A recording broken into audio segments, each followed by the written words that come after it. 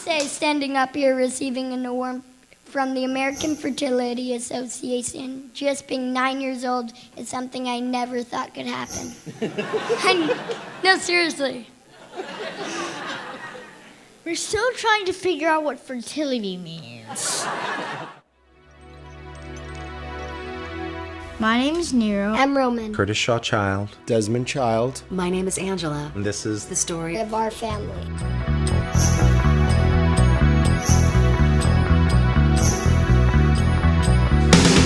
This is my daddy, which his real name is Desmond. Desmond, he's written big hits.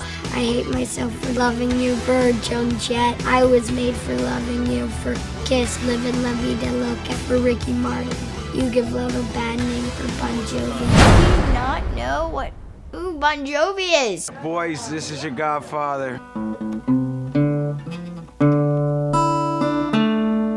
Then it goes, it's all the same. This is my dad, Papa, which his real name is Curtis. Give me 5. Give me 5. I'm Mom. I'm Daddy Mom. I don't have a mom. I have a surrogate mom, Angela. And this is Frank. She's a girl. Say hi to the camera. We're in a 2-dad family. I'm proud of it. I always wanted a child. It was something that I even dreamed about when I was a child. I think that I just always thought I'd have a family. I just wasn't sure how that would happen. They had mentioned the fact that they had wanted to have a child previously. I just kept looking at Angela and saying, maybe she could have our kid. The universe put Angela in our path.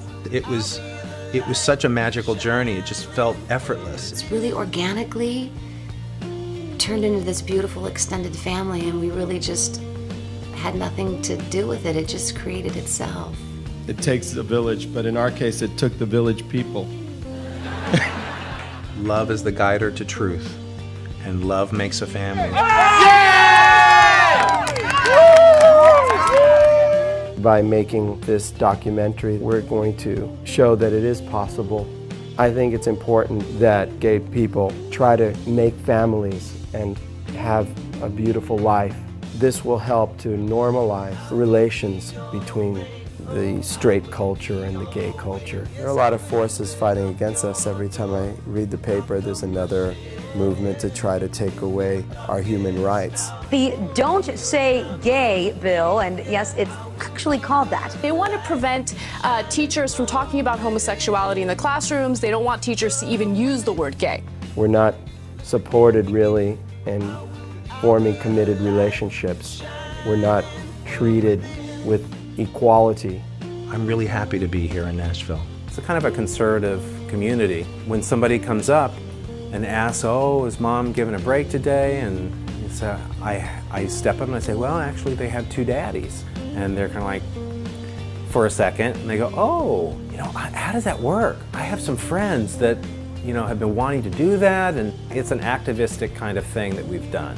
We're in the middle of it. We're on the front lines, and we're here to be seen, and we're here to claim our place, and we're here to fight for what is equal and what is right. It doesn't matter what the government thinks. If they like us or not, we like us. So every family has rights. It's all about love, and our family is all about love. Documentaries are like reality shows, but they're not fake. They're real. This is the story of our family. Nero, that was my line. Oh yeah. Cut. Let the end begin. I'll be the light shining from within. From within. Let the end begin. I'll be the light shining from within. Thank you. Hi, I'm Roman, and I'm 12 years old. Hi, I'm Nero. We're twins, so I'm also 12 years old. I'm really happy to be here today. It is really an honor to be here today.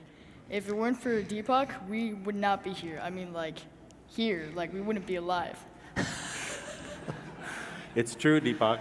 They wouldn't be here if it weren't for you. Hi, I'm Curtis. And 2, the story of Roman and Nero is a documentary we made about how we became a family.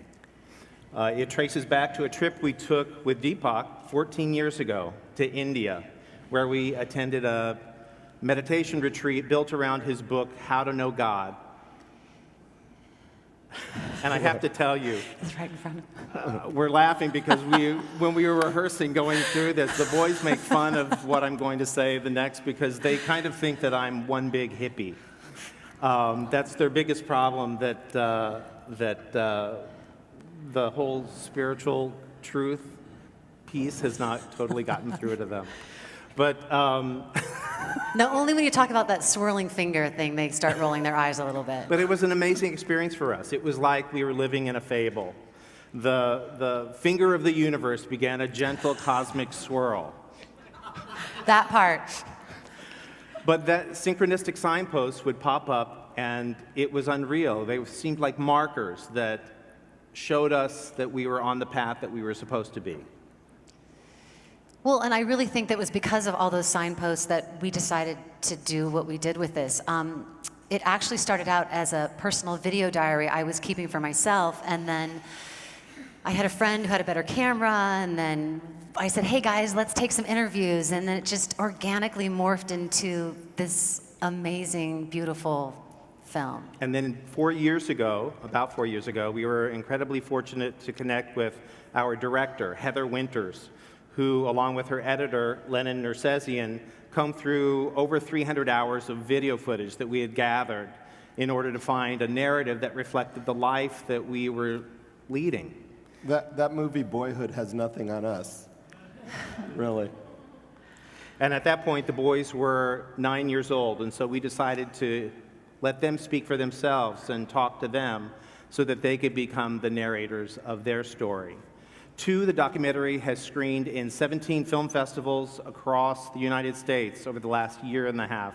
And we were fortunate to win Audience Favorite Awards in mainstream festivals like Nashville, Palm Springs, and Los Angeles, and everywhere we've been. And the Armenian Film Festival at the Egyptian Theater. Who'd have thunk? And everywhere we've been, our message has resonated, the universal power and ultimate triumph of love, and that it's love that makes a family. 2 weeks ago, I traveled to Columbia, Missouri, the town I grew up in, where I presented the film with my 82-year-old mother, Mary Ann Shaw, whose journey from being the eldest daughter of 11 children in a fundamentalist Christian home to becoming an advocate for equality and tolerance is an emotional high point and a very tender part of our film. I feel like her journey toward acceptance of me and my choices and my family is the world's journey toward greater understanding and tolerance. And the reason we made the film, we feel like by opening a window into our lives, we want people to see that our families is pretty much like any other family out there. We do all the same things. We're trying to raise kids who are happy, healthy, grounded, facing the same challenges. I just hope that eventually Roman and Nero will be a little bit less embarrassed about having a papa who's a hippie. And I hope that they come to really understand the magic that conspired to allow them to be born. Well, I had met Deepak, and Deepak invited Curtis and I to join him in India at the conference called How to Know God. And so we went, and that's where I met Angela, and it was, kind of love at first sight. It was like this, and we just sat together and talked and laughed, and then I was just looking at her, and I was just saying, okay, she's going to have my kid. I just knew it. And then what happened? Okay, so then what happened? Well, slight backstory. I know I wouldn't be standing here today if it wasn't for my meditation practice. And it was because of that meditation practice and becoming one of Deepak's meditation teachers that I ended up on that tour in the first place. I was like the spiritual gypsy for a few years, just traveling around to as many CHOPRA Center seminars as I could, get to get my fix. It was an incredible time. So when they said How to Know God was going to be in India, I was like, I'm so there. So Desmond and Curtis were the first two that my mom and I connected with and really just bonded, and it was over our hot chai teas at dinner one night that they started telling me about their desire to have a child and start a family. And I was fascinated by the story because I was like, well, they're both men, and so they're gonna have to get a few pieces of the puzzle from other places. And so I was walking back to my room that night just like thinking about this, and then lo and behold, that night I had a dream that I was carrying their baby. And as Deepak says in our film, it was almost biblical. I mean, literally I had like this vision. I woke up in the middle of the night freaking out, like wondering if it was really happening, like one of those kinds of experiences. And it wasn't at the time, but a year later it would be. My dream literally came true. But I think Roman and Nero must have been hovering close by at some point, having a really good chuckle to themselves, thinking, ha ha ha ha ha, little do they know there's two of us. I think for me, one of the important reasons for making the film is because so often when you hear people talking about gay families, and it's like, well, you know, George Bush, you know, was on TV during the Prop 8 thing, and he said, well, I don't know why they want to get married. They can't have children. And it was like, and I was feeding them with like 2 bottles like this. And it's like, there's a concept out there that gay people are infertile. When I wasn't shooting blanks, let's just put it that way. And, you know, I think that somehow our families are marginalized. When I said, well, gay people have families too, and it's like, yeah, whatever. That doesn't, you know, it doesn't even come into the discussion. And so it was important that we showed the process from beginning to end, and this is where science, the science and the spirituality comes together, because we use science to bring them to earth, but everything around it was so spiritual, and all these signs, and we documented all of that in our film, because our children are just as sacred as any other child that's born, and there are angels around them.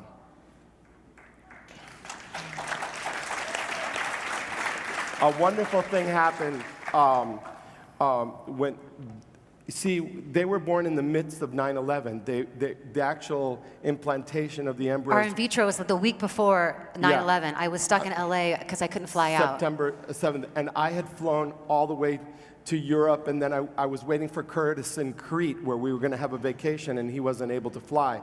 And somebody told me the story of King Aegeon, where he was on the cliff, and he, you know, it's this thing about his son, and he thought the son was dead, and all this kind of stuff. And so I had this dream that I was something like that in this temple, and I looked down at my hands, and there were golden coins in each hand.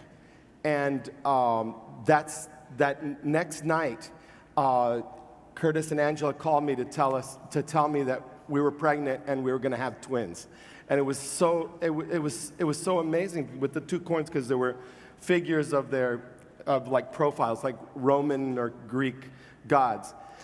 A few weeks after the boys were born, I get a little box in the mail, and it's from Deepak Chopra, and there are 2 gold coins, because it's an ancient Indian tradition that a gold coin is given for each child that's born.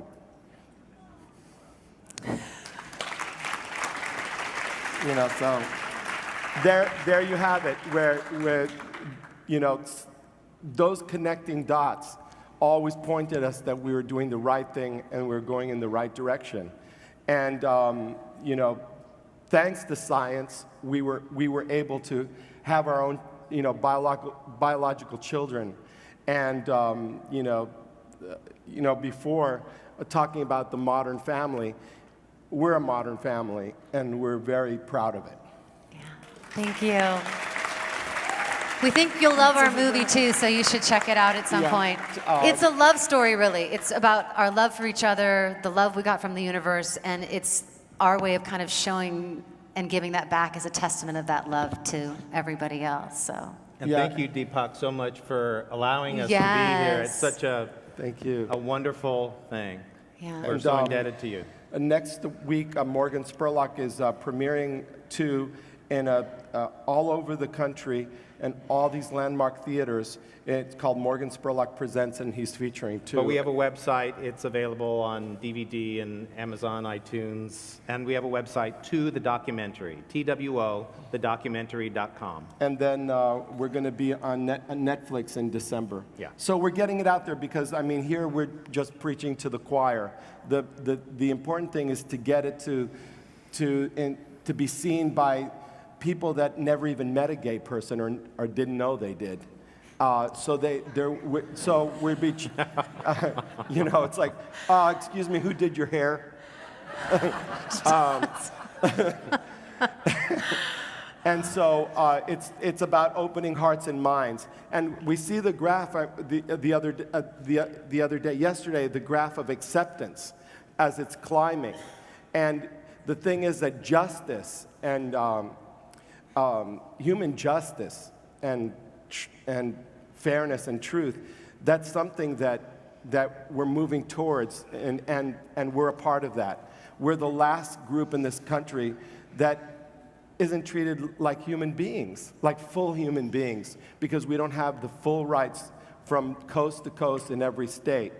And so, you know, that's very important why we made a film like this that wasn't just all angry and all that, but a film about love. Thank you. Thank you. So, Modern Family, great to see you guys. Great to see you, Deepak. Nero. Thank you. Thank you. Yeah. By the way, if you don't know, Desmond is one of the most prolific songwriters of all time. Vida Loca. Vida Loca. Living on a Prayer. Living on a Prayer, on and on. So he's one of the most, and these two kids. Great to see you guys. Nice to see you too. Thank you, Deepak. Thank you. Thank you. Thank you. Thank you. Thank you. Thank you. Yeah. I love that you showed the scene about what it was, Tennessee or whatever, where they're saying, "Okay, you can't use the word gay anymore," and you had in the lower clip George Takei. George is a friend of mine, has been a friend of mine for a long time, and so if you remember, he said, well, instead of saying gay, just say Takei. And the reason George began to come out and come active is he was so furious that his old pal and friend Arnold Schwarzenegger, who had been governor of the state of California, had tons of gay friends, basically was the one that got in the way of gay marriage. And it raised, and George has been out there and saying, you know, in Hollywood, there are a lot of people who play one game, and then when they get in somewhere official, they're sort of lurking bigots. And so I'm interested to know, you guys have been in this film, I mean, your film is sort of chock-a-block with amazing personalities and people. Mm-hmm. Is that problem dying of, I mean, is it evaporating of people that are basically, particularly in Hollywood, that has such a big footprint in all of our lives? Are we getting into a more enlightened state in Hollywood, I should say? Well, I think in Hollywood, yeah, because, again, we're preaching to the choir. But it wasn't that way. That's why George Takei came out and finally said it. He was so angry at Schwarzenegger. Well, and actually, we had dinner with Arnold Schwarzenegger and Maria, with John and Dorothea Bon Jovi, and we're showing them pictures of our babies. And they were like all thumbs up and all that, and then he shuts down the marriages. And Mayor Newsom at the time, who we had gone to get married and we were turned down. They stopped the marriages while we were on our way to get married. Wow. And he brought us in our office and he said, well, this is what's happening. Bush calls Schwarzenegger and says, there are like $16 billion of aid that we're going to give California. We're shutting that off if you don't stop the marriages now, today. And he had to call mayor and said, listen, let's put this through the courts. And you think we're past that now? We've come a long way, but I think we have a long way to go. But he also could have stood up to the president, and he might be president now had he done so. Thank you. Thank you.